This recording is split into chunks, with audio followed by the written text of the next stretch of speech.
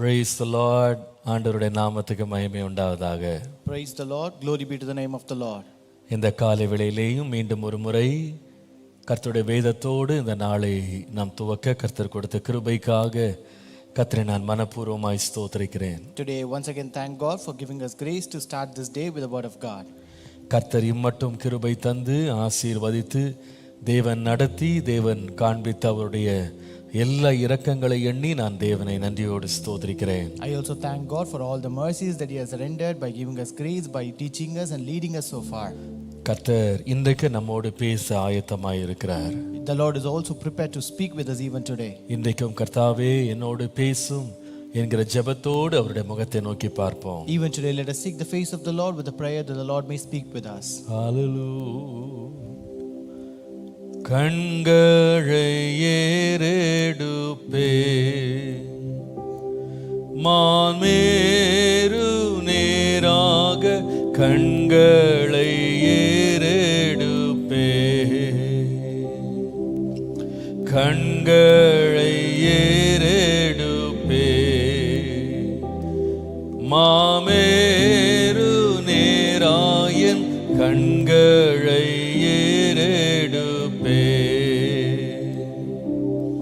வெண்மண் உண்டாக்கிய வித்தகரிடமிருந்து வெண்மண் உண்டாக்கிய வித்தகரிடமிருந்து தென்னெல்லாம் ஒத்தாசை எந்தனுக்கே வரும் கண்களை ஏறெடுப்பே மாமேரு நேராயன் கண்களை ஏறெடுப்பே காலை தள்ளாடு விட்டா ஊரங்காது காப்பவர் காலை தள்ளாட விட்டா வேளையில் நின்று இஸ்ரவேலரை காத்தவர் வேளையில் நின்று இஸ்ரவேலரை காத்தவர் காலையும் மாலையும் கண்ணுறங்காதவர் கண்களை ஏறெடுப்பே மாமேரு நேராயின் கண்களை ஏறெடுப்பே பக்க நிழல்லவரே என்னை ஆதரித்திடும் பக்க நிழல்லவரே எக்கால நிலைமையும் என்னை சேதப்படுத்தாது எக்கால நிலைமையும் என்னை சேதப்படுத்தாது முக்காலம் நின்றென்னை தக்காவல் புரியவே கண்களை ஏறெடுப்பே மாமேரு நேராயின் கண்களை ஏறெடுப்பே அழிக்கிறார் நன்மை எல்லாம் ஒவ்வொரு நாளிலும் அழிக்கிறார் நன்மை எல்லாம் ஊனும் உடையையும் வேண்டும் பொருளெல்லாம் ஊனும் உடையையும் வேண்டும் பொருளெல்லாம் குறைவின்றி நிறைவாக தந்திடுவதால் நான் கண்களை ஏறெடுப்பே மாமேரு நேராயன் கண்களை ஏறெடுப்பே.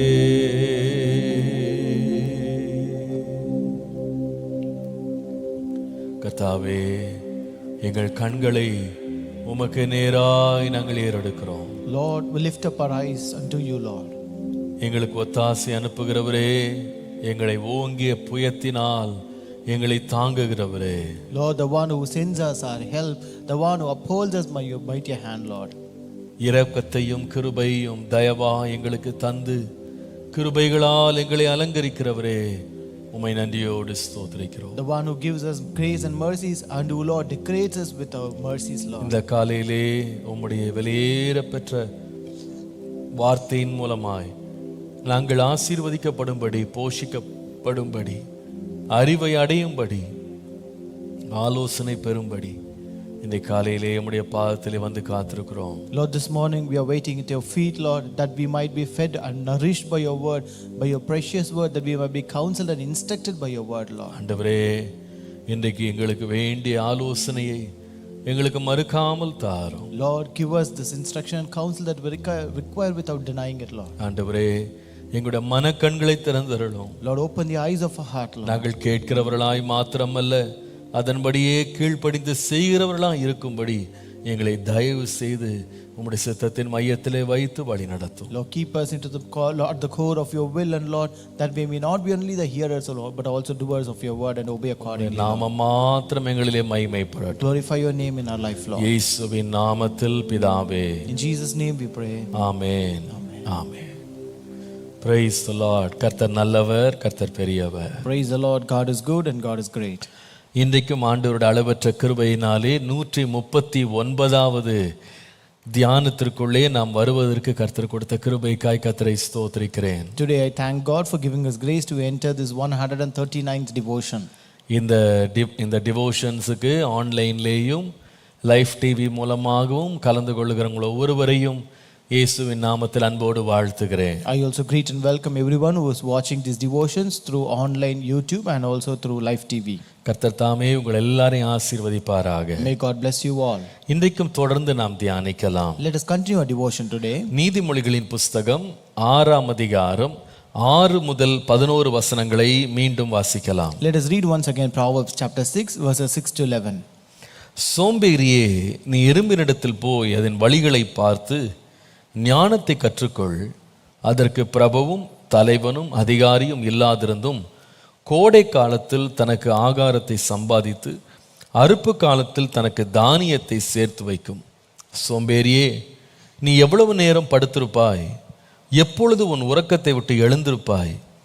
இன்னும் கொஞ்சம் தூங்கட்டும், இன்னும் கொஞ்சம் உறங்கட்டும், இன்னும் கொஞ்சம் கை முடக்கி கொண்டு நித்திரை செய்யட்டும் என்பாயோ?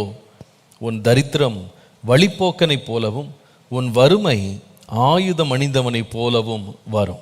Go to the ant, you sluggard, consider her ways and be wise, which having no captain, overseer or ruler, provides her supplies in the summer and gathers her food in the harvest.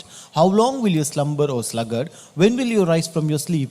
A little sleep, a little slumber, a little folding of the hands to sleep. So shall your poverty come on you like a prowler, and your need like an armed man. கர்த்தருடைய நாமத்திற்கு மகிமை உண்டாவதாக. Glory be to the name of the Lord. ஆண்டவருடைய அளவற்ற கிருபையினாலே நாம் இந்த வேத பகுதியிலிருந்து தேவனுடைய வார்த்தையை நாம் தொடர்ந்து தியானித்துக் கொண்டிருக்கிறோம். By the grace of God, we are meditating the word of God from the scripture passage for past few days. முதலாவது பகுதியாக நாம் எறும்புகளிலிருந்து நாம் கற்றுக்கொள்ள வேண்டிய பாடங்கள் என்று நாம் ஆரம்பித்து நாம் எறும்புகளிலிருந்து நாம் கற்றுக்கொண்ட சத்தியங்களை தியானித்தோம். So first we started to learn lesson from ants, and we learned 3 lessons from ant. கர்த்தருடைய நாமத்திற்கு மகிமை உண்டாவதாக. Glory be to the name of the Lord. இந்த எறும்புகள் நமக்கு சொல்லிக் கொடுத்த பாடங்களை தவிர்த்து நேற்றைக்கு வேலை ஸ்தலத்தில் நாம் கடைபிடிக்க வேண்டிய காரியங்களை குறித்து நாம் கவனித்தோம். Besides the lesson that we learned from ants, yesterday we learned about the work ethics that we have to follow. கர்த்தருடைய நாமத்திற்கு மகிமை உண்டாவதாக. Glory be to the name of the Lord. இன்றைக்கு தொடர்ந்து இதை வாசிக்கும் பொழுது விசேஷமா 10ஆம் வசனத்தை 11 10 9 10 வசனங்களை வாசிப்பீர்களானால், Today as we read especially verses 9 and 10, எனக்கு ஒரு காரியம் மீண்டும் மீண்டும் பல விதங்களிலே அது எழுதப்பட்டிருக்கிறதை நான் கவனித்தேன். I noticed important subject that is written many times in different ways. முதலாவது 9ஆம் வசனத்துல பாருங்க. First in verse 9, படுத்திருப்பாய் அப்படின்ற வார்த்தை இருக்கிறது. how long you sleep, படுத்திருப்பாய். your sleep. அதுக்கப்புறமா தூக்கத்தை விட்டு எழுந்திருப்பாய், slumber. then it goes to sleep, slumber, sleep. 10ஆம் வசனம் படித்தால் அதே மாதிரி தூங்கட்டும். A little sleep, it says again sleep. உறங்கட்டும், A little slumber. கை முடக்கிக் கொண்டு நித்திரை செய்யட்டும். A little folding of the hands to sleep. தமிழ்ல 3-4 வார்த்தை அப்படி சுழன்று வருது பாருங்க. So in Tamil it is actually 3 or 4 words coming together. அது முதலாவது படுத்திருத்தல் அப்படின்னு இருக்கு. First it is slumber. அதுக்கப்புறமா தூக்கம்னு ஒன்று இருக்கு. Then something called sleep. அதுக்கப்புறமா உறக்கம்னு ஒன்று இருக்கு. Again here it says about sleep. அதுக்கப்புறம் நித்திரைன்னு ஒன்று இருக்கு. And again slumber. 4 வார்த்தைகள் தமிழ்ல அதை திரும்ப திரும்ப ஒரே சப்ஜெக்டை பல விதங்கள்ல அவர் கொண்டு வர்றாரு. So in Tamil it is 4 words that points towards the same subject. கர்த்தருடைய நாமத்திற்கு மகிமை உண்டாவதாக. Glory be to the name of the Lord. இன்றைக்கு இந்த தூக்கத்தை பத்தி கொஞ்சம் படிக்க போறோம் நம்ம. So today we are going to learn about the sleep. அநேகருக்கு தூங்குவது சரியா தப்பா அப்படின்றதே ஒரு பெரிய கேள்வி ஆயிடுச்சு. Many people have a big question whether it is right or wrong to sleep. சில பேருக்கு தூங்குறதே ஒரு பெரிய பாவம்ன்றது மாதிரி ஒரு உணர்வு உள்ள இருக்கு. So some people consider sleeping is a kind of sin. அநேகர் தூக்கத்தை வெறுக்கிறவர்களும் இருக்கிறாங்க. There are people who hate sleep as well. ஆனால் தேவன் இந்த தூக்கத்தை எப்படி பார்க்கிறார்? But how does the Lord look at the sleep? இந்த தூக்கம் எப்படி தேவையா அவசியமா? இது மனிதன் மேல் விழுந்த சாபமா அல்லது தேவனுடைய ஆசீர்வாதமா? So do we need the sleep or not, whether it is a blessing on a man or it's a curse on man? இத நீங்க வாசிப்பீங்களானா, வேதத்துல நீங்க கவனிப்பீங்களானா, நான் வாசித்த பொழுது எனக்கு கொஞ்சம் ரொம்ப ஆச்சரியமா இருந்தது. When I read this I was really surprised. நீங்கள் எப்படி பூமியிலே ஆண்டவர் எல்லாவற்றிற்கும் ஒரு காலம், ஒரு நேரம், ஒரு சமயம் எப்படி சிருஷ்டிப்பு முழுவதிலும் தேவன் வைத்தாரோ, அதே போல மனுஷனுக்கு கொடுத்த ஒரு நாளினுடைய நேரத்தையும் தூங்குகிற நேரம் என்றும் அவன் விழித்திருந்து வேலை செய்கிற நேரம் என்றும் ஆண்டவர் அழகாக பிரித்திருக்கிறார். Like how the Lord has set the seasons, days and time in this world, similarly the Lord has also set a time for man to sleep and to wake up. நீங்கள் ஒன்றை விளங்கிக் கொள்ளணும், தூக்கம் என்பது மனிதன் கண்டுபிடித்த ஒரு செயல் அல்ல. You have to understand, sleep is not something that was discovered by man. தூக்கம் என்பது தேவன் தருவது. It is God who gives it. அவர்தான் சிருஷ்டிப்புக்குள்ளே இந்த தூக்கத்தை கொண்டு வருகிறார். And he is the one who brings the sleep into a creation. நீங்கள் மிருகங்களினுடைய வாழ்க்கையை கூட பார்த்தா அவைகளுக்குள்ளே ஆண்டவர் தூக்கத்தை வைத்திருக்கிறார். When you look at the life of animals, you can see sleep is present in their life as well. உதாரணமாக நான் வாசித்து பார்த்தேன், எனக்கு ஆச்சரியமா இருந்தது. இந்த மலை பாம்பு இருக்கு பாத்தீங்களா, அது ஒரு நாளைக்கு 18 மணி நேரம் தூங்குதான். So when I read about them, it was really surprising to read this python sleeps for 18 hours a day. சிங்கங்கள் இருக்கு பாருங்க, சராசரியாக 18 ல இருந்து 20 மணி நேரம் தூங்குகிறதாம். Lions will sleep for almost 18 to 20 hours per day. அதுலேயும் வயிறு நிறைய சாப்பிட்டுருச்சு அப்படின்னு சொன்னா, ஒரு பெரிய ஒரு உணவு அதுக்கு கிடைச்சிருச்சு அப்படி ஹண்ட் ஒன்று பெரிய அளவில் சாப்பிட்டுருச்சுன்னா 24 மணி நேரம் தொடர்ந்து தூங்குமா. And especially if it has a good hunt and it is stomach full, then it can sleep almost for 24 hours. இந்த பிரவுன் வவ்வால்கள் இருக்கு பாருங்க, பிரவுன் பேட்ஸ், இவைகள் ஒரு நாளைக்கு 20 மணி நேரம் தூங்குதான் ஆவரேஜா. Brown bats averagely sleep for 20 hours every day. அதே வேளையில இந்த ஜிராஃப் இருக்கு பாருங்க, ஒட்டகச்சிவிங்கி, அது ஒரு நாளைக்கு 2 மணி நேரம் தான் தூங்குதான். அது 2 மணி நேரம் தூங்கினாலே அதுக்கு போதுமா. At the same time, when you look at giraffes, they just need only 2 hours of sleep every day. இந்த பென்குவின் அப்படின்ற இனம் இருக்கு பார்த்தீங்களா, அவைகள் கூட்டமாக நின்று தான் தூங்குமா, தனியாக தூங்காதான், கூட்டமாக நின்று தூங்குமா. அது கூட ஒரு முறை தூங்க போனா ஒரு சில நிமிடங்கள் மாத்திரம் தான் தூங்குமா, திரும்பி விழிச்சுக்கிடுமா. So when you look at the penguins, they actually sleep in groups and only for minutes in a time it seems. அதுக்கப்புறமா திரும்ப கொஞ்ச நேரம் தூங்குமா. அந்த மாதிரி ஒவ்வொரு முறை தூங்கும்போது ஒரு சில நிமிடங்கள் தான் தூங்குமா. So when it sleep a time, it will sleep only for minutes and then again it wake up and again it will sleep for other few minutes. இதெல்லாம் பார்த்துட்டு மனுஷனை போய் பார்த்தீங்கன்னா, so I am leaving this beside, if you look at man, ஒரு பிறந்த குழந்தை natural ஸ்டேட்ல யாருமே சொல்லி கொடுக்காம அந்த பிறந்த குழந்தை சராசரியாக ஒரு நாளைக்கு 24 மணி நேரத்தில் 18 மணி நேரம் தூங்குது. So newborn baby in its natural state where no one has taught it, it can sleep almost for 18 hours per day. அது கொஞ்சம் வளர்ந்து பிள்ளையான பிறகு அதுக்கு ஒரு சராசரியாக 9 முதல் 10 மணி நேரம் தூக்கம் அதுக்கு தேவையா இருக்கிறதா. As it grows up and becomes a child, then it needs almost 9 to 10 hours of sleep a day. ஒரு டீனேஜரா மாறினோடனே 1 மணி நேரம் குறைந்து ஒரு 8 மணி நேரம் தூங்குற தூக்கம் அவர்களுக்கு தேவையா இருக்கிறது என்று சொல்கிறார்கள். So when the child become teenager, they just require 1 hour less than that sleep and they can sleep for 8 hours. வளர்ந்த புருஷர்களானா ஒரு 6 மணி நேரம் முதல் 7 மணி நேரம் வரைக்கும் தூங்குறவங்க இருக்காங்க. So if there are adults, they require almost 7 to 8 hours of sleep. Donald Trump என்று சொல்லுகிற முன்னாள் அமெரிக்க ஜனாதிபதி அவர் வாழ்நாள் முழுவதுமே ஒரு நாளைக்கு 4 மணி நேரம் தான் தூங்குவாராம். Former American President Donald Trump, he used to sleep only for 4 hours per day it seems. இப்படி எல்லாம் ஒவ்வொருத்தர் வித்தியாசமான தூக்க நிலைகளை வைத்திருந்தாலும் Though everyone have different kinds of sleeping hours, இந்த தூக்கம் மனிதனுக்கு தேவை என்று தீர்மானித்தவர் வேற யாருமே இல்ல, தேவன் மாத்திரமே. it is none but God who decided that this sleep is required for man. எனக்கு இது ரொம்ப ஆச்சரியமா இருக்கு. It was really surprising me. நம்முடைய தேவனுடைய தன்மை எப்படிப்பட்டது அப்படின்னு பார்த்தா, If you look at the characteristic of God, 121ஆம் சங்கீதம் 3 முதல் 4 வசனங்களை வாசிப்பீர்களானால், if you read Psalm 121 verses 3 and 4, வேதம் சொல்லுகிறது, உன்னை காக்கிறவர் உறங்கார். it says, he who keeps you will not slumber. இஸ்ரவேலை காக்கிறவர் உறங்குவதுமில்லை தூங்குவதுமில்லை. Behold, he who keeps Israel shall neither slumber nor sleep. ரொம்ப ஆச்சரியமா இருக்கு. தூங்க வேண்டிய அவசியமோ தூக்கமோ சிருஷ்டிகராகிய தேவனுக்கு இல்லாமல் போனாலும் தான் சிருஷ்டித்த ஒவ்வொரு சிருஷ்டிப்புக்கும் தூக்கம் அவசியம் என்பதை ஆண்டவர் தம்முடைய அனந்த ஞானத்தில் அறிந்து அதை ஒவ்வொரு ஜீவனுக்குள்ளேயும் தேவன் அதை ப்ரோக்ராம் பண்ணி வைத்திருக்கிறார். Though the Lord the Creator did not have the necessity to sleep, but he thought that all his creatures need the sleep, and he programmed that sleep in every creature that he created. கர்த்தருடைய நாமத்திற்கு மகிமை உண்டாவதாக. Glory be to the name of the Lord. இந்த வசனத்தை வாசிக்கும் போது ஒரு சத்தியத்தை நாம் அறிந்து கொள்றோம். When you read this verse, you can understand the truth here. நாம தேவன் அல்ல, நாம் மனிதன் தான் என்பதை இந்த தூக்கமே நமக்கு சொல்லிருது. So this sleep is the one which teaches and reminds us that we are not God and God is only God. இஸ்ரவேல் தூங்கலாம், Israel may sleep, ஆனா தேவன் தூங்க மாட்டாரு. but God will not sleep. நாம தேவன் இல்லை என்று நமக்கு நிரூபிக்கிறதுக்கு இதுக்கு ஒண்ணே போதும். This is an evidence to prove that we are not God. ஒரு மனிதன் தூங்காமல் இருப்பானால் அவனால் சரியாக செயல்படவே முடியாது. If a man does not sleep, then he cannot function properly. அவனால் சிந்திக்க முடியாது. He cannot think.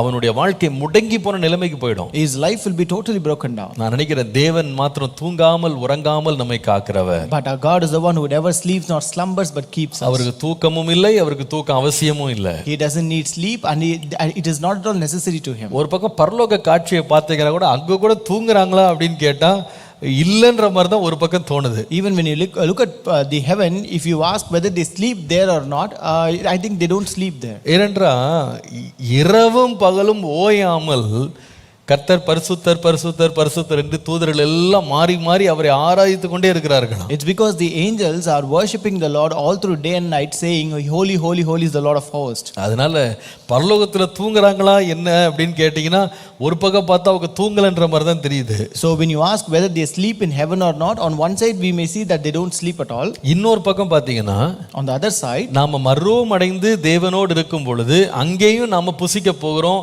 அவரோடு உட்கார்ந்து பானம் பண்ண போறோம் வேதம் சொல்லுது. The Bible says when we get transfigured, transformed and go to the Lord, we will also be eating and drinking with the Lord. அப்போ யோசிக்க தோணுது, ஒரு மறுரூபமாக்கப்பட்ட சாயலோடு தேவனிட்ட போகும்போது இந்த உலகத்தில் இருக்கிற பசியோ அல்லது தாகமோ அங்க இருக்குமோ?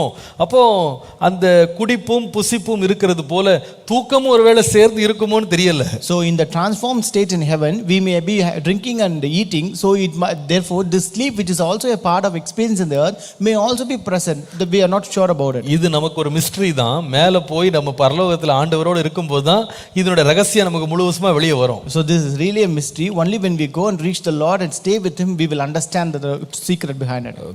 இந்த முக்கியமான காரியம் என்னன்னா தூக்கத்தை தேவனே படைத்தார். But the important subject is that it is God who created the sleep. ஆகவே நாம தூக்கத்தை குறித்து நம்ம ரொம்ப குற்ற மனசாட்சியோடு இருக்க வேண்டாம். So we should not have a kind of guilt or regret about sleeping. இந்த வேதத்திலிருந்து தூக்கத்தை பற்றி ஒரு 4 சத்தியங்களை கர்த்தர் எனக்கு கற்றுக் கொடுத்தது உங்களோடு பகிர்ந்து கொள்ள விரும்புறேன். The Lord taught me 4 truths about sleep from the Bible and he wants to share it with you. முதலாவது first ABCD ன்னு போலாம். Number 1, sleep is an act of God. தூக்கம் என்பது தேவன் அருளுகிற ஒரு ஈவு. Number 1, sleep is an act of God. இது தேவனுடைய ஒரு செயல். It is an act of God. நீங்கள் ஆதியாகமம் 2ஆம் அதிகாரம் 21ஆம் வசனம் வாசிப்பீர்களானால், if it is Genesis 2:21, அப்பொழுது தேவனாகிய கர்த்தர் ஆதாமுக்கு அயர்ந்த நித்திரையை வரப்பண்ணினார் என்று வாசிக்கிறோம். we read, and the Lord God caused a deep sleep to fall on Adam. யார் வரப்பண்ணினது? Who made it? தேவனே நித்திரையை வரப்பண்ணுகிறார். It is the Lord who causes us to sleep. அப்போ நம்ம ரொம்ப சந்தோஷமாவும் இருக்கலாம். நான் தூங்க பண்ற வைக்கிறது கூட என் தேவனால முடியும். So we can be very happy to say that it is God who can make us to sleep. கர்த்தருடைய நாமத்திற்கு மகிமை உண்டாவதாக. Glory be to the name of the Lord. அவர் மனிதனுடைய வாழ்க்கையில தூக்கத்தை மாத்திரமல்ல இளைப்பாறும் காலத்தையும் அவரே முன்குறித்திருக்கிறார். So he not only created the sleep but he also set a time of rest in the life of man. நீங்கள் யாத்திராகமத்தின் புஸ்தகம் 31ஆம் அதிகாரம் 16ஆம் வசனத்தை வாசிப்பீர்களானால், If you read Exodus 31 and verse 16, அங்கே வாசிக்கிறோம், ஆகையால் ஓய்வு நாளை ஆசரிப்பீர்களாக, அது உங்களுக்கு பரிசுத்தமானது, அதை பரிசுத்த குலைச்சலாக்குகிறவன் கொலை உண்ண கடவன், அதிலே வேலை செய்கிற எந்த ஆத்துமாவும் தன் ஜனத்தின் நடுவிலே இராதபடிக்கு அறுப்புண்டு போவான். it says, but the seventh day is the Sabbath of rest, holy to the Lord. Whoever does any work on the Sabbath day, he shall surely be put to death. 6 நாளும் 15ஆம் வசனத்தில் 6 நாளும் வேலை செய்யலாம், 7ஆம் நாளோ வேலை ஒளிந்திருக்கும் ஓய்வு நாள், அது கர்த்தருக்கு பரிசுத்தமானது, ஓய்வு நாளில் வேலை செய்கிறவன் எவனும் கொலை செய்யப்பட வேண்டும். So here it says that work shall be done for 6 days, but the seventh is the Sabbath of rest, holy to the Lord. Whoever does any work on the Sabbath day, he shall surely be put to death. ஆகையால் இஸ்ரவேல் புத்திரர் தங்கள் தலைமுறை தோறும் ஓய்வு நாளை நித்திய உடன்படிக்கையாய் ஆசரிக்கும்படி அதை கை கொள்ள கடவர்கள். Therefore the children of Israel shall keep the Sabbath to observe the Sabbath throughout the generations as a perpetual covenant. இது ரொம்ப ஆச்சரியமா இருக்கு பாருங்க. It is really surprising. அதாவது தேவன் மனுஷனுக்கு தூக்கத்தையும் வர பண்ணுகிறார்.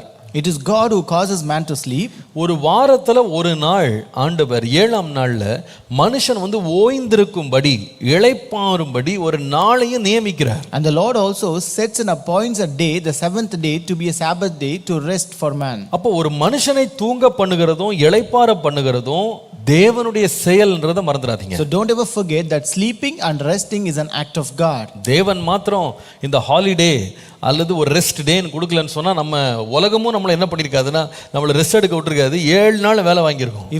If the Lord would have not given us this holiday or a rest day, then the world would have not spared us. They would have also made us to work all the 7 days. தேவன் மாத்திரம் தூக்கத்தை நம்ம வாழ்க்கையில உண்டாக்கலாம், நம்ம நிலைமை என்னன்னு கொஞ்சம் யோசித்து பாருங்க. Just imagine how our situation will be if the sleep is not present in our life by God. 8 மணி நேரம் வேலைன்றது 24 மணி நேரம் வேலையா இருந்தா எப்படி இருக்கும்னு யோசித்து பாருங்க. Just consider this 8 hours work, it becomes 24 hours of work, how it would be. நமக்கு தூக்கம் மாத்திரம் இல்ல நம்ம லைஃப் எப்படி இருக்கும் கொஞ்சம் கற்பனை பண்ணி பாருங்க. Just imagine and see if you don't have sleep how your life would be. தேவன் தாமே கிருபையாக நம்முடைய உலகத்திற்கும் நம்முடைய பூமிக்கும் மிருக ஜீவன்களுக்கும் நமக்கும் தேவன் தூக்கத்தை கொடுத்ததுக்காக கர்த்தருக்கு ரொம்ப நன்றி சொல்லணும். We should be very grateful and thank God for giving us sleep for ourselves, for all the creatures and all the beasts of the earth. சில வேளையில பாருங்க, எப்பவுமே நீங்க பைபிள் வாசிச்சீங்கன்னா தேவன் கொடுக்க வல்லவர் மாத்திரம் அது எடுக்க வல்லவர்ன்றது நம்ம வாசிக்கிறோம். So when you read the Bible you can understand it is not only God is not only able to give something, he is also able to take away something. தேவனுடைய செயல்ன்றது அதான். That is the act of God. அதாவது ஒன்றை ஜீவனை கொடுக்கிற அவர் வல்லவர் ஜீவனை எடுக்கவும் வல்லவர். When he is able to give us life, he is also able to take life from us. ஒருவனை உயர்த்த வல்லவர் அவனை தாழ்த்தவும் வல்லவர். The Lord who is able to exalt a person is also able to humiliate him. ஒரு மனுஷனை ஐஸ்வரியமானாக்கவும் அவர் வல்லவர், ஒரு மனுஷனை தரித்திரனாக்கவும் அவர் வல்லவர். The Lord is able to make a man rich and also make him poor. இது மாதிரி வேதத்துல எல்லா அவருடைய வல்லமைகளும் எல்லா பகுதியையும் ஆளுகை செய்யறதுன்னு பார்க்கலாம். So you can see the power of God rules in every part and every field of the life. அதாவது தான் யோபு சொல்லும் பொழுது கர்த்தர் கொடுத்தார், கர்த்தர் எடுத்தார், கர்த்தருக்கு ஸ்தோத்திரம். So when Job says it is God who gave and he is the Lord who takes, and praise God.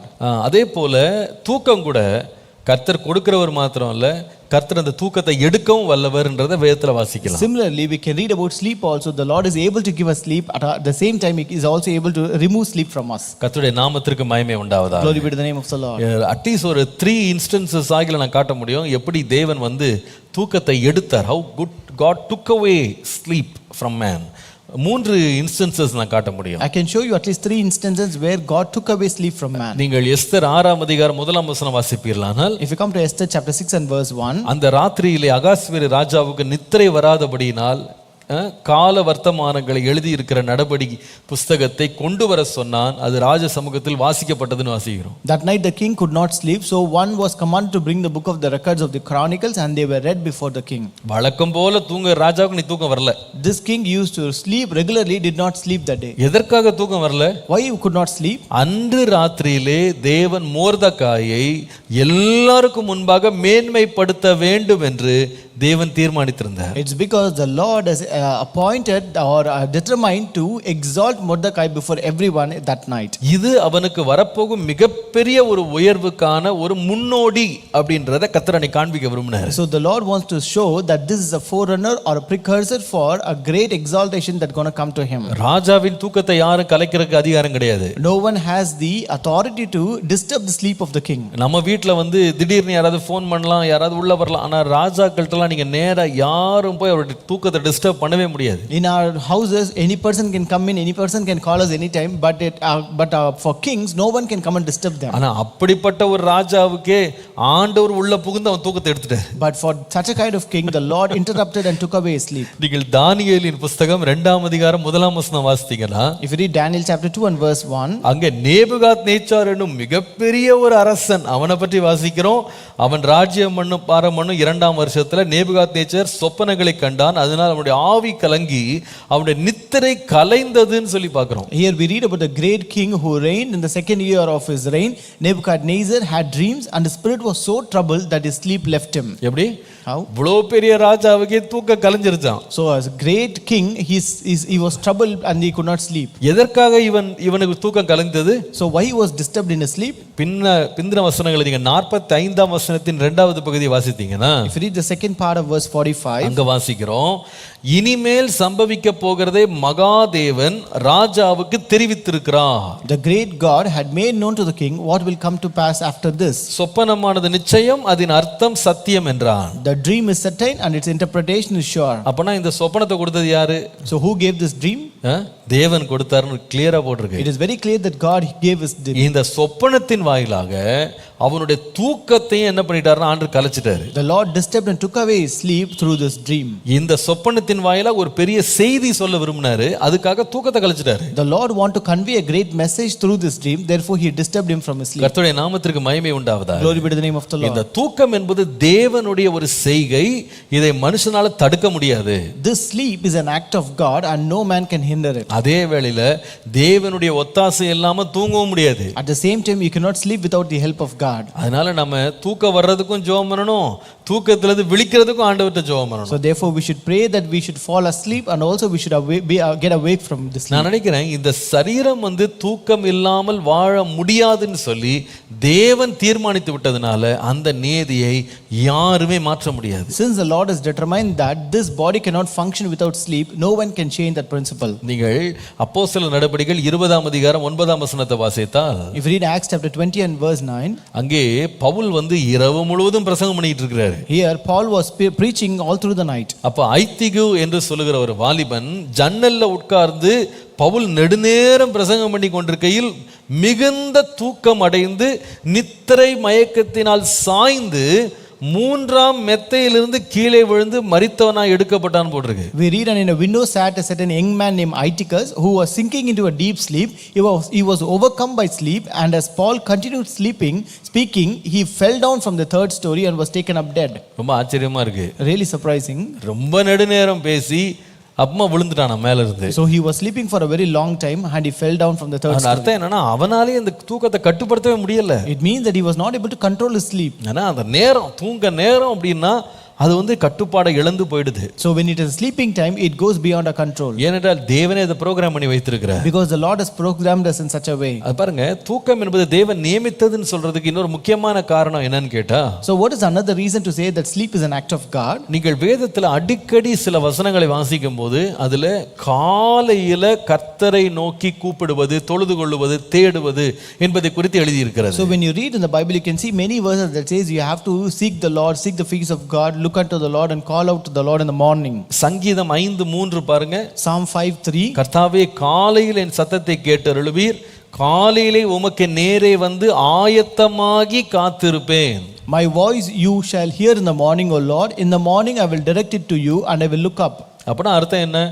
What does it mean? காலையில ராத்திரி தூங்குறதுக்கு ஒரு நேரம் இருக்கு, காலைல எழும்புறதுக்கு ஒரு நேரம் இருக்கு, நம்ம ஆயத்தமாகி கர்த்தருக்கு முன்பாக காத்திருக்க ஒரு நேரம் இருக்கு. So it means that there's a time to sleep at night, there's a time to wake up in the morning, there's a time to prepare and sit in the presence of God. அப்ப அவர் என்ன சொல்லுகிறாருன்னு சொன்னா, இங்க பாருங்க, ஆண்டவரே நான் கொஞ்சம் தூங்குறேன், அம்மா எழும்புறேன், அம்மா ஆயத்தமாகிறேன், அப்புறமா காத்திருக்கிறேன். So here he says, Lord, I will sleep for some time, I will wake up, I will prepare myself, and then I will sit up in your presence. அப்ப கர்த்தருக்கு முன்பாக காத்திருக்கிறது காலை நேரம் அப்படின்றத அங்க வெளிப்படையா சொல்லுகிறார். So it is very much revealed that it is the morning hour where we sit in the presence of God. அதே போல நீங்கள் புலம்பலின் புஸ்தகம் 3ஆம் அதிகாரம் 23ஆம் வசனத்தை வாசித்தால் அவருடைய கிருபை நாள்தோறும் புதியதுன்னு சொல்லி வாசிக்கிறோம். காலைதோறும் புதியது. When you read Lamentations 3:23, we read that his mercies are new every morning. அப்போ காலைதோறும் அவர் கிருபை கொடுக்கிறாருன்னா அப்ப இரவுல ஒரு தூக்க நேரம் என்று ஒன்று இருக்கிறது. So when it says that he gives his mercies new every morning, it means there is a night to sleep in the night. இதுல பெரிய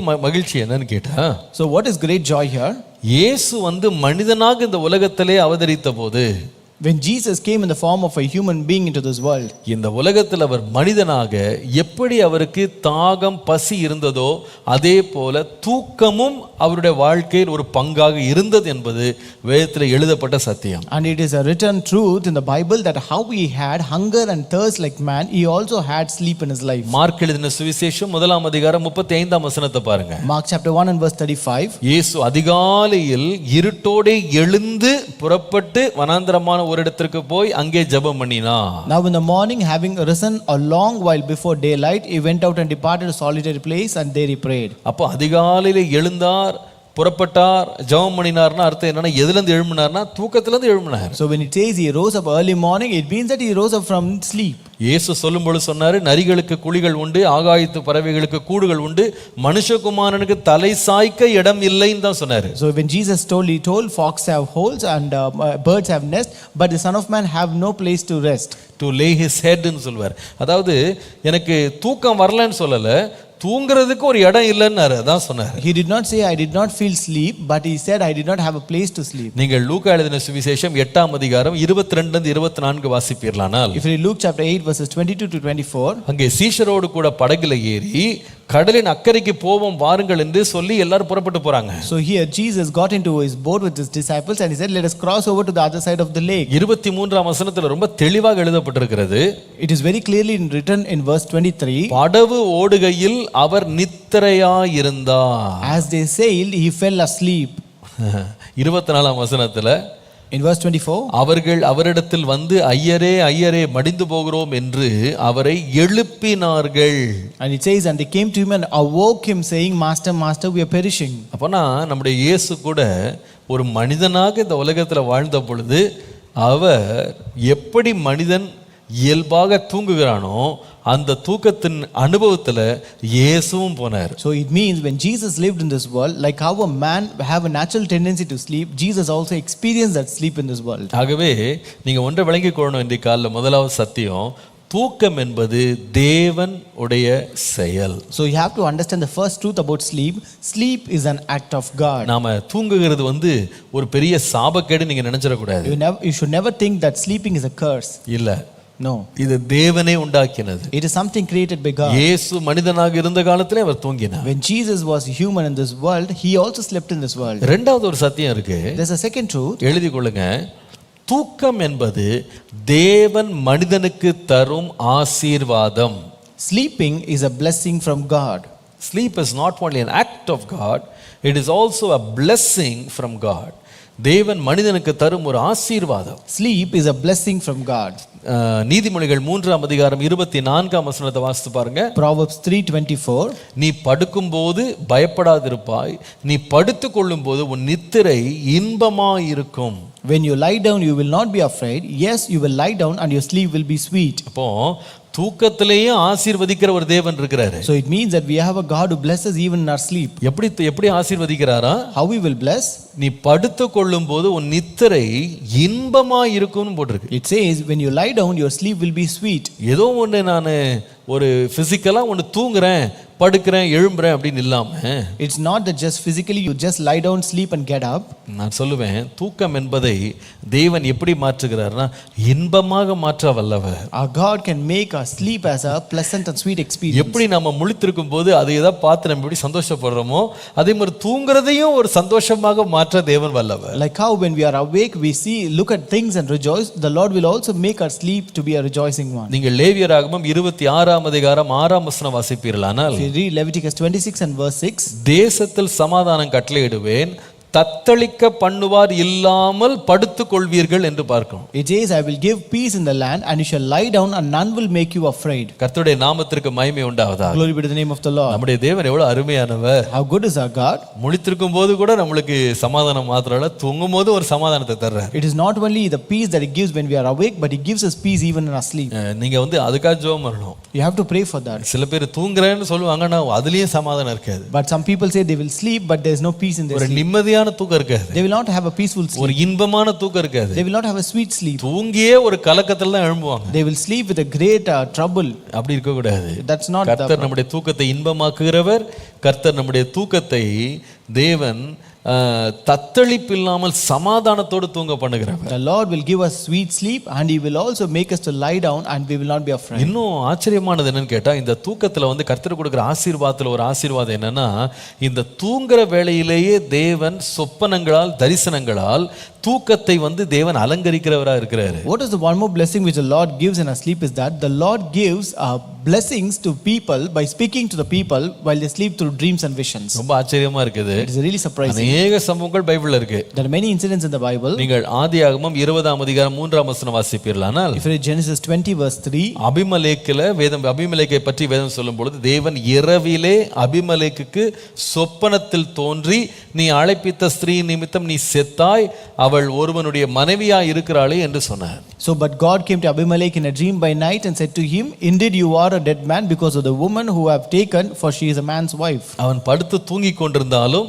அந்த தூக்க நேரத்துல கர்த்தர் அவனுக்கு தரிசனத்துல தோன்றி, தேவன் அவனுக்கு செய்ய போகிற ஒரு பெரிய, அவன் அபிமெலேக் விழப்போற ஒரு பெரிய பாவத்திலிருந்து அவனை விடுவிக்கிறார். So even when he was sleeping, the Lord appeared to him in a dream and spoke to him and delivered him out of a sin that he is going to commit. அதே போல ஆதியாகமம் 31ஆம் அதிகாரத்துல வாசிக்கும் போது, again when you read in Genesis 31, யாக்கோபு தன்னுடைய லாபானுடைய 2 பிள்ளைகளையும் அழைத்து கொண்டு இரவோடு இரவாக சொல்லாங்கொள்ளாம எல்லாத்தையும் எடுத்துட்டு ஓடி போயிட்டான். When Jacob fled away in that night with 2 daughters of Laban, not even informing Laban. அப்போ இந்த லாபான் என்ன பண்றானா, 7 நாள் பிரயாணமா தன்னோட சகோதரரெல்லாம் கூட்டிக் கொண்டு இந்த யாக்கோபை வழியில பிடிச்சிடணும்னு விரட்டிட்டு போகிறான். So this Laban went on 7 days journey to somehow pursue and catch him. அப்போ அவங்க கீலேயாத் மனையில இந்த யாக்கோபும் அவனுடைய குடும்பமும் தங்கி இருக்கிறதை அவன் கண்டுபிடிச்சிட்டான். So he somehow found out that this Jacob and his family were dwelling in the Mount of Gilead. ஆதியாகமம் 31:24 வாசிப்பீர்களானால், Genesis 31:24 says, அன்று ராத்திரி தேவன் சீரியா தேசத்தானாகிய லாபானுக்கு சொப்பனத்தில் தோன்றி, நீ யாக்கோபோடே நன்மை அன்றி தீமை ஒன்றும் பேசாதபடி எச்சரிக்கையாயிருன்னு சொல்லி எச்சரிப்பு கொடுத்தார். Here we read, the Lord came to Laban the Syrian in a dream by night and said to him, be careful that you speak to Jacob neither good nor bad. 1 ராஜாக்கள் 3ஆம் அதிகாரம் 5ஆம் வசனம் வாசிக்கும் போது, if you read 1 Kings 3:5, அங்கே கிபியோன்ல கர்த்தர் சாலமோனோட ராத்திரியில் சொப்பனத்தில் தரிசனமாகி, நீ விரும்புகிறது என்னிடத்துல கேள், நான் உனக்கு தருகிறேன் ஆண்டவர் வாக்கு பண்ணார். At Gibeon the Lord appeared to Solomon in a dream by night and God said, ask what shall I give you. அன்றைக்கு அந்த ராத்திரியில தேவன் அவனுக்கு கொடுத்து அவன் கேட்டு அவன் பெற்றுக்கொண்ட ஆசீர்வாதம் தான் இன்றைக்கு நாம 180 நாளா உட்கார்ந்து இந்த நீதிமொழிகளை 6 அதிகாரம் கூட வாசித்து முடிக்க முடியாம நாம தத்தளிச்சுக்கிட்டு படிச்சுட்டு இருக்கிறதுக்கு இந்த புஸ்தகம் நமக்கு ஆசீர்வாதமா வந்ததுக்கு காரணமே அன்றைக்கு ராத்திரி அவன் பெற்றுக்கொண்ட ஆசீர்வாதம். So the reason why we meditate and read this book of Proverbs for in this 180 devotions, and where we struggle until this 139:9 at chapter 6, it's because of the blessing which he received that night at Gibeon. கர்த்தருடைய நாமத்துக்கு மகிமை உண்டாவது. Glory be to the name of the Lord. நீங்க நிறைய சம்பவங்களை படித்துக் கொண்டே இருக்கலாம். You can read many more incidents likewise. யோசேப்பு மரியாள் சம்பவங்கள்ல கூட தன்னுடைய மனைவியை தள்ளிவிடலாம்னு நினைக்கும் போது ஆண்டவர் அவனுக்கு தரிசனமாகி சொப்பனத்துல அவனுக்கு வார்ன் பண்றாரு, அவனுக்கு ஆலோசனை கொடுக்கிறாரு. Also in the incident of Joseph and Mary, when he was thinking in his mind to just put away secretly Mary, but the Lord appeared him in a dream and spoke with him. அதே போல பிள்ளையாகிய இயேசுவின் மேலே ஏரோது தீங்கு செய்ய போறான்றதை எச்சரிப்பு பெற்றது அந்த தரிசனத்துல தான், சொப்பனத்துல தான். And even in the dream they received the warning that Herod is going to kill Jesus. இதெல்லாம் நீங்க வேதத்துல அநேக சம்பவங்களை படித்து கொண்டே இருக்கலாம். You can read so many incidents likewise in the Bible. தூங்குற நேரத்தையும் நமக்கு ஆசீர்வாதமாய் மாற்றி தருகிறவர் நம்முடைய தேவன். It is our God who makes our sleeping time also as a blessing unto us. சில பிரச்சனைகளை நமக்கு தவிர்க்கும்படி நமக்கு வழி நடத்துவாரு. The Lord will lead us that we may be out of certain problems. முக்கியமான ஆலோசனைகளை கர்த்தர் தருவாரு. The Lord will give us important counsels during the night. நமக்கு ஞானத்தை தருவாரு. He will give us wisdom. நம்ம எதிர்பாராத வழிகளை நம்மளை நடத்துவாரு. The Lord will lead us in unexpected ways. நான் சொல்லுவேன், நம்முடைய தூக்கத்தை கூட நமக்கு ஆசீர்வதித்து தருகிற ஒரு நல்ல தேவன் நமக்கு இருக்கிறார். We have a good God who will make our sleep a blessing to us. கர்த்தருடைய நாமத்திற்கு மகிமை உண்டாவதாக. Glory be to the name of the Lord. மூன்றாவது தூக்கத்தை பற்றிய இன்னொரு சத்தியம் என்ன? The third important truth. நீங்கள் சங்கீதம் 4 சங்கீதம் 8 வசனம் வாசிப்பீர்களானால், if you read Psalm 4 and verse 8, சமாதானத்தோடே படுத்துக்கொண்டு நித்திரை செய்வேன், கர்த்தாவே நீர் ஒருவரே என்னை சுகமாய் தங்க பண்ணுகிறீர். I will both lie down in peace and sleep, for you alone, O Lord, make me dwell in safety. நல்லா கவனிங்க. Listen carefully. அழகா இருக்கு இந்த வசனம், ரொம்ப பியூட்டிஃபுல்லா இருக்கு. This verse is very beautiful. சமாதானத்தோடே படுத்துக்கொண்டு நித்திரை செய்வேன். I will both lie down in peace and sleep. கர்த்தாவே நீர் ஒருவரே என்னை சுகமாய் தங்க பண்ணுகிறீர். For you alone, O Lord, make me dwell in safety. நல்லா கவனிங்க. நாம சமாதானமா படுக்க போறோம் அப்படின்னா அதுக்கு அர்த்தம் என்னன்னா, நாம் தேவன் மேல் முழு நம்பிக்கை வைத்திருக்கிறோம் என்பதற்கு அது ஒரு பிரதிபலிப்பு. So when you lie down in peace, it actually portrays that we have confidence in God. தூங்குறோம் அப்படின்னா நாம் தேவனை சார்ந்திருக்கிறோம், தேவனை நம்பி இருக்கிறோம், தேவன் மேலேயே நாம உறுதியா இருக்கிறோம் அப்படின்றதுக்கு நம்முடைய நம்பிக்கை வெளிப்படுத்துகிறது தூக்கம். Sleep actually portrays the confidence, the trust that we have in God. தூங்கி விழுறேன்னு சொல்லல. He says that it will not sleep and fall.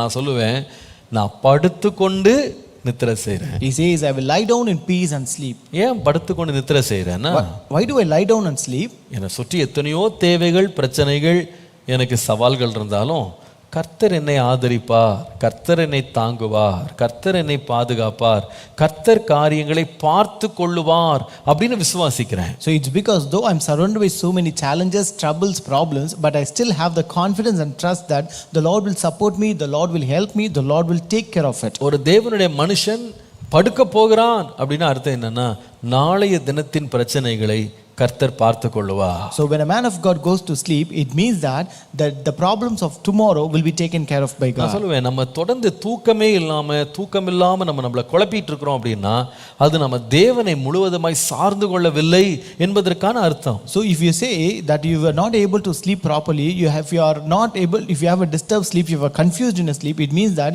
you have not trusted God completely. நான் நல்லா தூங்குறேன் அப்படின்னா அர்த்தம் என்ன தெரியுமா? என்னுடைய வாழ்க்கை, என்னுடைய வருங்காலம், என்னுடைய தேவைகள், என் பிரச்சனைகள் எல்லாவற்றையும் தேவனிடத்தில் அர்ப்பணித்து விட்டேன். But if you say that you sleep peacefully, it means that you entrust yourself, your future, your family, your everything to God and you sleep peacefully. எல்லாவற்றையும் கர்த்தருடைய கரத்துல கொடுத்துட்டேன். I have committed everything to God. கர்த்தர் அதை பார்த்து கொள்வார். The Lord will take care of it. கர்த்தர் ஆதரிப்பார். The Lord will support us. கர்த்தர் நடத்துவார். The Lord will lead us. நான் ஏன் கலங்கணும்? Why should I be troubled? நான் கலங்க வேண்டியதில்லை. I will not be troubled. நான் நிம்மதியா தூங்க போவேன். I will sleep peacefully. உங்களுக்கு தெரியும், அப்போஸ்தலனாகிய பேதுருடைய வாழ்க்கையில் ஒரு சம்பவம் நடந்தது. You know the incident that happened to Apostle Paul. Peter. In the life of Apostle Peter. பேதுருடைய வாழ்க்கையில ஒரு முறை அவரை 3ஆம் காவல்ல வைத்து அவரை சிறையில் அடைச்சிட்டாங்க. So once they imprisoned him in the third levels of security. Prison. உள்ள 3வது அறையில கொண்டு வச்சிருக்காங்க. So they placed him in the 3rd level of prison. வேதம் சொல்லுகிறது சிறைச்சாலையில நல்ல நிம்மதியா தூங்கி இருக்கிறான். The Bible says he slept peacefully in the prison.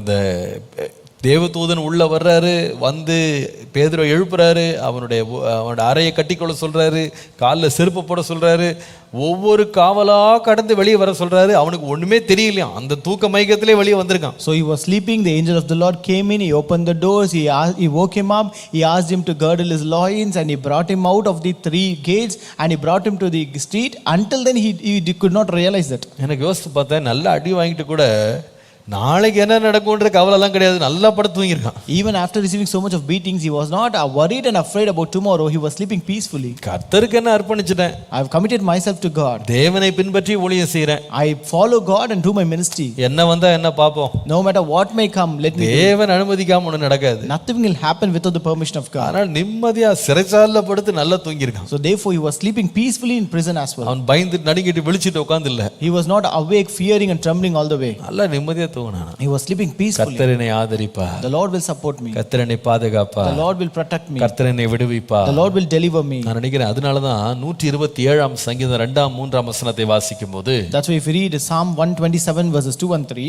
கர்த்தர் நகரத்தை காவராகில் காவலாளர் விழித்திருக்கிறது விருதா என்று வாசிக்கிறோம். it says, unless the Lord guards the city, the watchman stays awake in vain. நீங்கள் அதிகாலையில் எழுந்து நேரப்பட வேளையிலே தரித்து வருத்தத்தின் அப்பத்தை சாப்பிடுகிறது விருதா, அவரே தமக்கு பிரியமானவனுக்கு நித்திரையை அழிக்கிறார்னு போட்டிருக்கு. It is vain for you to rise up early, to sit up late, to eat the bread of sorrows, for so he gives his beloved sleep. கர்த்தருடைய நாமத்திற்கு மகிமை உண்டாவதா. Glory be to the name of the Lord. சொல்றாரு, நீ எதுக்குப்பா நீங்க ராத்திரி எல்லாம் நீ வந்து விழிச்சே உட்கார்ந்திருக்க. He says, why are you awake all the night? நேரப்பட வேலையில தரித்து வருத்தத்தின் அப்பத்தை சாப்பிட்டுட்டு உட்கார்ந்து இருக்கிறாயே. Why do you rise up early, to sit up late, to eat the bread of sorrows? நமக்கு பிரியமானவனுக்கு ஒரு நித்திரையை தழுகிற. He gives sleep to his beloved. அவன் ஒரு தைரியமா நித்திரைக்கு போலாம். And he went to his sleep with the confidence. என்னுடைய எல்லா வேலைகளையும் என்னுடைய அலைச்சல்களையும் நீர் பார்த்துக் கொள்வீர். Lord, you will take care of all my works, all my problems. என்னுடைய தேவைகள் எல்லாவற்றையும் நீர் நடத்துவீர். Lord, you will lead all my needs, Lord. எந்த நேரம் ஒரு கலக்கமான ஒரு இருதயம் எனக்கு இருக்க வேண்டிய அவசியம் இல்லை. I need not have a troublesome heart at any point of time. கர்த்தர் எல்லாவற்றையும் பார்த்துக் கொள்வார். The Lord will take care of everything. Mark எழுதின சுவிசேஷம் 4 அதிகாரம் 26 முதல் 28 வசனங்களை வாசிப்பீர்களானால், If you read Mark chapter 4 verses 26 to 28, தேவனுடைய ராஜ்யத்தை குறித்து இயேசு பேசும்போது அவர் சொல்லுகிறார், அது எப்படிப்பட்டதுன்னா ஒரு மனுஷன் நிலத்திலே விதை விதைக்கிறானா. so when Jesus spoke about the kingdom of God, he said, a man scatters seed on the ground. 27 வசனத்துல, In verse 27, இரவிலே அவன் தூங்குகிறான், and he should sleep by night, பகலிலே விழித்திருக்கிறான், and he rise up by day. அவனுக்கு தெரியாத விதமாய் விதை முளைத்து பயிராகிறது என்று சொல்லி வாசிக்கிறோம். And the seed should sprout and grow, he himself does not know how. அழகா இருக்கு பாத்தீங்களா? How beautiful it is. விதைக்கிற ஒரு உழவாளி விதையை விதைச்சிட்டு போய் தூங்க போயிறானா. The farmer who sows the seeds, he sows it and he goes to sleep. பகல்ல விழிக்கிறான், He rise up by the day, ராத்திரி படுத்துறான். at the night he goes to sleep. அவனுக்கு என்ன ஒரு கான்ஃபிடன்ஸ் தெரியுமா? But what is the confidence? எனக்கே தெரியாமலே, நானே பார்க்காமலே, நானே கண்காணிக்காமலே, நான் விதைத்த விதை முளைத்து எழும்பும் அப்படின்னு ஒரு நம்பிக்கையில போய் படுக்கிறான். He has a confidence that the seed which I sow will sprout and grow, even without me monitoring it, even without me watching over it. நான் சொல்லுவேன், இந்த நம்பிக்கை நமக்கு இருக்கணும். We should also have this confidence. நான் காலையில உழைத்தேன், நான் பாடுபட்டேன், கஷ்டப்பட்டேன், I worked, labored and toiled in the daytime. அதனுடைய பலனை கர்த்தர் எனக்கு தருவார் என்கிற நம்பிக்கையோட நிம்மதியா படுக்க போயிடணும். And with the confidence that the Lord will give reward for my work, we should go to sleep peacefully. இன்னைக்கு அநேகருடைய வாழ்க்கையில் இந்த தூக்கம் கிடையாது. Today many people don't have the sleep in their life. கலக்கம் தான். They are always troubled. எந்த நேரமும் பயம்தான். Always they are filled with fear. ராத்திரி எல்லாம் முழிச்சு கிடந்து என்ன நடக்க போதோ, ஏது நடக்க போதோ, எப்படி முடிய போதோ, இப்படியே கலங்கிட்டே இருக்கிறாங்க. They remain awake all through the night thinking what will happen, how it will end, and they will be troubled all the night. நான் சொல்றேன், நீங்க நிம்மதியா தூங்க போங்க. I tell you, go to sleep peacefully. நீங்கள் அறியாத விதமாய் நீங்கள் விதைத்ததை முளைக்க பண்ண தேவன் வல்லவராய் இருக்கிறார். The Lord is able to sprout the thing which you have sowed that you may not even know. நிறைய பேர் வேலையை பற்றி நினைச்சிட்டே ராத்திரி எல்லாம் தூங்குறது கிடையாது. Many people think about their work and they don't sleep at all. தங்களுக்கு இருக்கிற பிரச்சனைகளும் தங்களுக்கு இருக்கிற போராட்டங்கள் தங்கள் சந்திக்க வேண்டிய சவால்களை நினைச்சிட்டு அப்படியே ராத்திரி எல்லாம் புரண்டு என்ன ஆக போகுது ஏதாக போகுது இப்படியே குழப்பிட்டு இருக்காங்க. They will be confusing themselves, thinking about the problems, troubles and the challenges they have to face in their life without sleeping all the night. வேதம் சொல்லுகிறது, நீ கவலைப்படுகிறதுனால ஒரு முழம் கூட்டவும் முடியாது குறைக்க முடியாதப்பா. The Bible says, by worrying you will not add or subtract a cubit. Father Bergmans அவர்கள் எழுதின பாட்டு மாதிரி, கர்த்தர் மேல் பாரத்தை வைத்திரு, கலங்கி தவிக்காத, அவர் உன்னை ஆதரிப்பார், அவர் அதிசயம் செய்வார். Like Father Berkman's song, it says, cast your burden on God and do not be afraid and troubled, but he will take care of you and support you. ராத்திரி தூங்கும் போது ஒரு நிம்மதியா தூங்க போங்க. இன்னையில இருந்து When you go to sleep at night, go with sleep peacefully. நான் கர்த்தரை நம்பி தூங்க போறேன். I will have confidence in the Lord and sleep. நான் நல்லா நித்திரை பண்ணும்போது என்னை காக்கிறவர் விழித்திருக்கிறார். When I sleep peacefully, the one who takes and keeps me is awake. Hallelujah. Hallelujah. அவர் என்னை பார்த்துக்கிடுவாரு, He will take care of me. Our நடத்துவாரு, He will lead me. அவர் தேவையை சந்திப்பாரு. He will meet all my needs. நாளைய நாளைய தினத்துக்கு வேண்டிய புது கிருபை அவர் எனக்கு தருவார். He will give me the new mercies that is required for tomorrow. என்னை கைவிட மாட்டார். He will never forsake me. நான் சொல்றேன், இந்த ஒரு நம்பிக்கை நமக்கு இருக்கணும். We should have this confidence in us. எதற்காக தூக்கத்தை ஆண்டவர் வைத்திருக்கிறாரு? Why does the Lord give us sleep? நான் சொல்லுவேன், அவர் மேல் நான் நம்பிக்கையா இருக்கிறேன் என்கிற காரியத்தை நாம விளங்க பண்றதுக்கு. The sleep portrays confidence in God. நான் நினைக்கிறேன் இந்த தூக்கத்தை ஆண்டவர் ஆதாமு கூட அயர்ந்த நித்திரை கொடுத்து அவன் எழும்பும் போது அவனுக்கு என்ன நம்பிக்கை, நான் என்னுடைய துணையை ஆண்டவர் தருவாரு அப்படின்னு ஒரு நம்பிக்கை இருந்தது. So even Adam would have this confidence, when I sleep peacefully and deep sleep and I get up, I can see that the Lord will provide a partner நாம் for me. நினைப்பதற்கும் நாம் வேண்டிக் கொள்வதற்கு அதிகமாகவே கர்த்தர் செய்வார். The Lord will do things beyond what we ask or what we think of. அதனால கலங்காதீங்க. So don't be afraid. பயப்படாதீங்க. Don't be afraid or troubled. எதை நினைத்தும் நீங்க சோர்ந்து போகாதீங்க. Don't be worried thinking about anything else. கர்த்தரிடத்துல அதை ஒப்பு கொடுங்க. Just commit an interest to God. கர்த்தர் உங்களை ஆதரிப்பார். The Lord will support you. கர்த்தர் உங்களை நடத்துவார். The Lord will lead you. கர்த்தர் பெரிய காரியங்களை செய்வார். The Lord will do great things. கடைசியாக At last, இந்த தூக்கத்தினுடைய சத்தியம் என்ன? what is the truth about sleep? தூக்கம் என்பது நாம் சந்திக்க போகும் மரணத்திற்கு ஒரு முன் அடையாளமானது. Sleep is a precursor to death. தூக்கம் என்பது நாம் சந்திக்க போகும் மரணத்திற்கு ஒரு முன் அடையாளமானது. Sleep is a precursor to death. நீங்கள் வேதத்துல மனுஷனுக்கு ஆண்டவர் கொடுத்த எல்லாத்தையும் பார்த்தீங்கன்னா அவன் வாழ்க்கையில எல்லாமே அநேக பகுதிகள் ஒரு நிழலாகவே இருக்கிறது. So if you read about many things which the Lord has given in the life of man, they are almost like a shadow for man.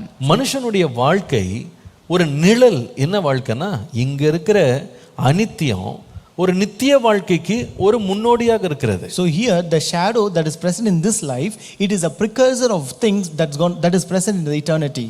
பூலோகத்திலே நாம் செய்யும் ஆராதனைகள் பரலோகத்திலே நாம் தேவனை நேரடியாக கண்டு ஆராதிக்க போகும் நித்திய ஆராதனைக்கு ஒரு முன்னடையாளமாக இருக்கிறது. This worship that we do in this world, it is a precursor of the worship that we are going to do in the eternity. அதே போல தூக்கம் கூட நமக்கு தேவன் வைத்திருக்கிற நீண்ட ஒரு நித்திரைக்கு தேவன் இது ஒரு அடையாளமா வைத்திருக்கிறார். Similarly, sleep is also an analogy or a precursor for the death that we are going to have in the future. அதனால நீங்க வேதத்தில் அடிக்கடி வாசித்தீங்கன்னா இந்த மரணத்தை தூக்கத்தோடு ஒப்பிடப்பட்டிருக்கிறது. So you can see very often the sleep is compared with death. 1 தெசலோனிக்கேயர் 4:14 பாருங்க. In 1 Thessalonians 4:14, இயேசுவானவர் மரித்த பின்பு எழுந்திருந்தார் என்று விசுவாசிக்கிறோமே, அப்படியே இயேசுவுக்குள் நித்திரை அடைந்தவர்களையும் தேவன் அவரோட கூட கொண்டு வருவார் என்று வாசிக்கிறோம். since we believe that Jesus died and rose again, even so through Jesus God will bring with him those who have fallen asleep. நல்லா கவனிங்க. Listen carefully. மரணத்தினுடைய அனுபவத்தை நல்லா விளக்குறதுக்கு இந்த தூக்கம் ஒரு நல்ல ஒரு அடையாளம். Sleep is a best example or a precursor to explain the death. எப்படி இதை நான் ஒரு அடையாளம் நான் சொல்றேன். How can I say that is a sign? அதாவது தூக்கம் எப்படி ஒரு தற்காலிகமானதோ அதே போல மரணத்தின் அனுபவமும் ஒரு தற்காலிகமானது. Like how the sleep is a temporary condition, similarly death is also a temporary condition. ராத்திரி பாருங்க, நம்ம படுக்க போகும்போது நமக்கு என்ன எதிர்பார்ப்புனா காலையில நான் எழும்புவேன் அப்படின்னு ஒரு எதிர்பார்ப்பு நமக்கு இருக்கு. So every night when we go to sleep, we go with an anticipation that we will wake up again in the morning. அப்படிதானே? That is how, right? படுக்க போகும்போது எழும்பவே மாட்டேன், நான் படுக்க போறோம். When we go to sleep, we will sleep without that anticipation of what? நம்ம இத கடைசியா தூங்க போறோம் நம்ம போறோம் இல்ல. Do we think that this is the last time that we going to sleep? காலையில நம்ம படுக்க போகும்போது என்ன பண்றோம், அலார்ம் வச்சிட்டு படுக்குறோம். Even when we sleep, we will set alarm and sleep. நான் கரெக்ட்டா காலையில எழும்பிரணும். That I should wake up correctly at the right time. இத்தனை மணிக்கு எழும்பணும், நான் அலார்ம் வச்சிட்டு தான் படுக்குறோம். காலையில நான் எழும்புவேன், இன்னொரு நாள் நான் பார்ப்பேன் ஒரு நம்பிக்கையோட தான் படுக்க போறோம். So we sleep with a confidence that we will get up early in the morning the next day, and with that confidence we set alarm as well. சில பேரோட பேசிக்கிட்டே இருப்போம், அவங்கள்ட்ட சொல்லுவோம் எனக்கு தூக்கம் வருது நான் படுத்துக்கிறேன் நாளை காலைல பார்க்கலாம் இத அப்படின்னு சொல்லுவோம். So we will be speaking with certain people, we will say I feel sleepy so I'll go to sleep, we will speak about this tomorrow. சில பேருக்குள்ள சொல்லுவோம் நம்ம இன்னைக்கு தூங்கலாம் ஒரு நாள் கழிச்சு பார்க்கலாம் அப்படின்னு சொல்லுவோம். And to some people we will say let us sleep now and we will meet after 2 days. அப்ப நம்ம என்ன சொல்றோம்னா தூங்கும்போது இதுதான் என்னுடைய முடிவில்ல, நான் திரும்ப வருவேன், திரும்ப எழும்பி வர்றேன் அப்படின்னு சொல்றோம். So it means that we mean to say that I'm going to sleep now but this is not my end, I will again come again to meet you. அதே போல மரணமும் என்ன பண்ணுதுன்னா நான் நித்திரை பண்றேன், ஆனா ஒரு நாள் நான் உயிரோடு எழுந்திருப்பேன். So similarly is death, where it says, I am sleeping now, but one day I will rise up. மரணம் என்பது என் முடிவு கிடையாது. Death is not my end. அதனால பைபிள் பல முறை இந்த தூக்கத்தை ஒரு மரணத்தோடயே ஒப்பிட்டு பேசுது. That's why very often this death is compared with sleep in the Bible. நீங்கள் யோவான் எழுதின சுவிசேஷம் 11ஆம் அதிகாரம் 11 முதல் 14 வசனங்களை வாசிப்பீர்களானால், If you read John chapter 11 verses 11 to 14, தன்னுடைய சிநேகிதனாகிய லாசருவை குறித்து இயேசு தம்முடைய சீஷர்களோடு டிஸ்கஸ் பண்ணிக்கிட்டே வர்றாரு. so here Jesus discussed about his friend Lazarus to his disciples. 11ஆம் வசனத்துல வாசிக்கும்போது Verse 11 says, இயேசு அவர்களை பார்த்து சொல்லுகிறார், நம்முடைய சிநேகிதனாகிய லாசரு நித்திரை அடைந்திருக்கிறான், நான் அவனை எழுப்ப போகிறேன்னு சொன்னாரு. Here Jesus says, our friend Lazarus sleeps, but I go that I may wake him up. அப்போ உடனே சீஷர்களுக்கு இது புரியல.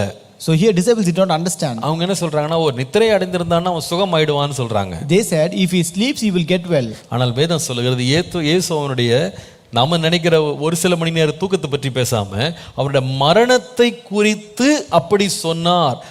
அவர்களோ நித்திரை செய்து இளைப்பாறுகிறதை குறித்து சொன்னார் என்று நினைத்தார்கள்னு போட்டிருக்கு. But here verse 13 says, however Jesus spoke of his death, but they thought he was speaking about taking a rest in sleep. இதே போல நீங்கள் மார்க் எழுதின சுவிசேஷம் 5ஆம் அதிகாரம் 21 இருந்து வாசிப்பீர்களானால், similarly if you read Mark chapter 5 verse 21 onwards, ஜெபாலிய தலைவனாகிய எவீரு என்பவனுடைய மகள் மிகுந்த வியாதிப்பட்டிருக்கிறதை அறிந்து இயேசுவிடத்தில் எவீரு கதறுகிறான், என் பிள்ளையை நீர் குணமாக்க வேண்டும் என்று சொல்லி. So here one of the rulers of the synagogue named Jairus came to Jesus and cried that he should come and heal his daughter who was in a deathbed. வர வழியில நிறைய பேர் அவரை நெருக்கிட்டாங்க, அவரால வேகமா வீட்டுக்கு வர முடியல. So as he was coming, many people pressed him, and so he could not come on time to that house. அதுல ஒன்றுதான் இந்த 12 வருடம் பெரும்பாடுள்ள ஸ்திரீ வழியில சுகமாகிறது கூட. And one among that is the woman who had an issue of blood for 12 years who was healed on that way. இப்போ இயேசு இந்த எவீருடைய வீட்டுக்கு வர்றதுக்கு தாமதமாகிற வேளையில 35ஆம் வசனத்தை வாசித்தீங்கன்னா, அந்த தலைவனுடைய வீட்டிலிருந்து ஒரு செய்தி வருகிறது, உம்முடைய குமாரத்தி மரித்து போனாள்.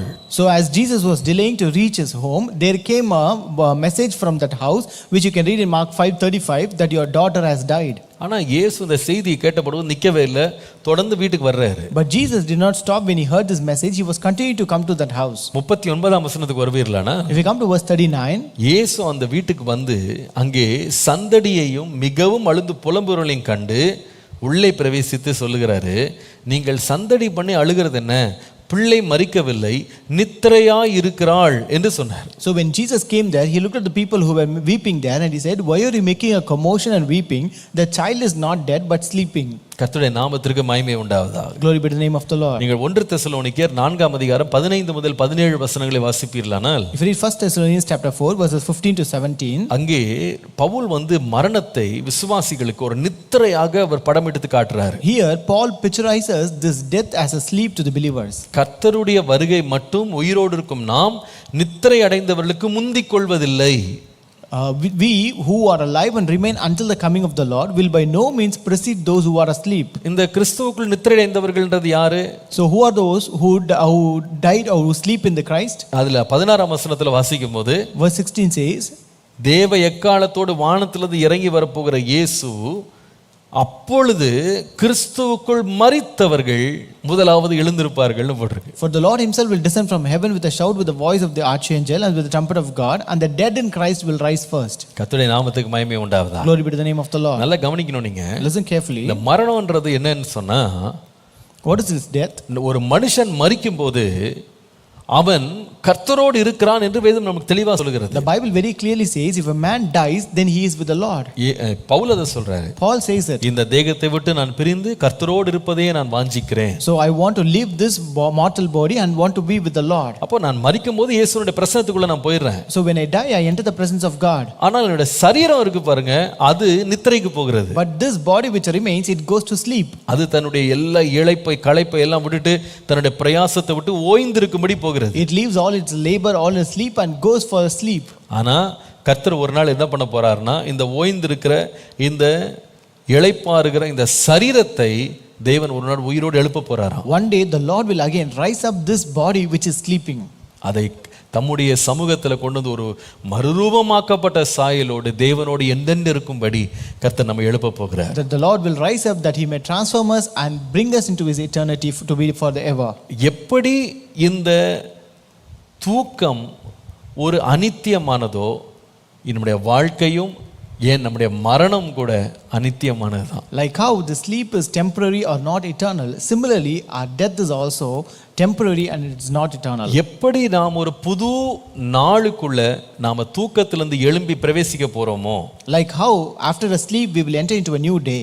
நம்முடைய மரணத்துக்கு பின்பாகும் ஒரு புதிய வாழ்வுக்கு நாம் எழும்ப போகிறோம். Similarly after our death we will also enter a new life. நாம எழும்பும் போது தெய்வ பிரசன்னத்தில் எழும்பணும். When we rise up we have to rise in the presence of God. நாம எக்காளம் தொனிக்கும் போது முதலாவது நாம் எழும்பணும். When the trumpet blows, it is first we who should rise up. ஆண்டவரே உம்முடைய வருகை தாமதித்து நாங்கள் இந்த உலகத்துல மரிக்க வேண்டியதா இருக்குமானால், Lord, if your coming delays and if maybe we need to die in this world, எங்களுடைய மரணம் எப்படி இருக்கணும்னா ஒரு சமாதானமான ஒரு நித்திரையா இருக்கணும். Lord, our death should be a peaceful sleep, Lord. Hallelujah. Hallelujah. அந்த நித்திரையிலிருந்து நம்ம விழித்து கர்த்தரோடு என்றென்றும் இருக்கிற நம்பிக்கையோடு வாழ இன்றைக்கு நான் என்னுடைய வாழ்க்கையை நான் உமக்கு பிரியமாய் வாழ எனக்கு கிருபை தாரும். In order to rise up and live with that in that eternity forever, Lord, give me grace to live a life of confidence and trust today. கர்த்தர் நமக்கு கொடுத்த தூக்கத்துக்காக கர்த்தருக்கு நன்றி.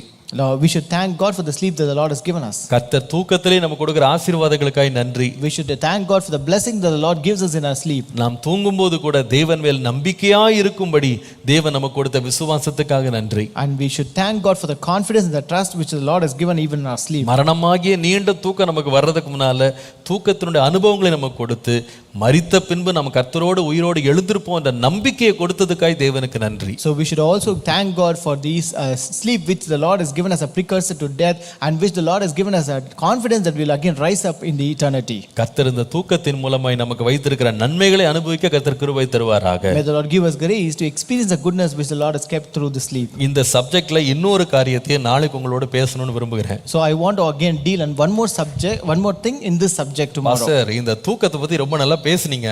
Pastor, you spoke well about the sleep. ஆனா இந்த தூக்கம் எவ்வளவு நேரம் தூங்குவே, எவ்வளவு நேரம் நித்திரை பண்ணுவேன், இன்னொரு பக்கம் இருக்கு, அது என்ன பண்றது? But Pastor, he sleeps, how long will you sleep? How long will you slumber?